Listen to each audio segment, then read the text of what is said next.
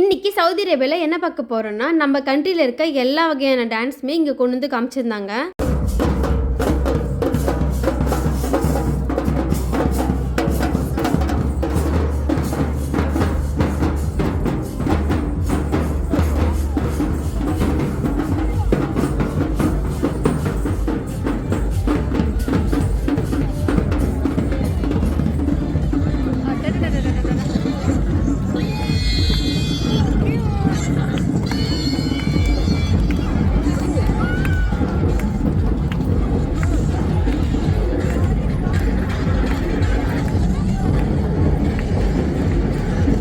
இதுவரைக்கும் நடந்த ஈவெண்ட்டில் எந்த கண்ட்ரிக்குமே இவ்வளோ கூட்டம் வரல. நம்மளோட இந்தியாவுக்கு தான் இவ்வளோ கூட்டம் வந்திருந்தது.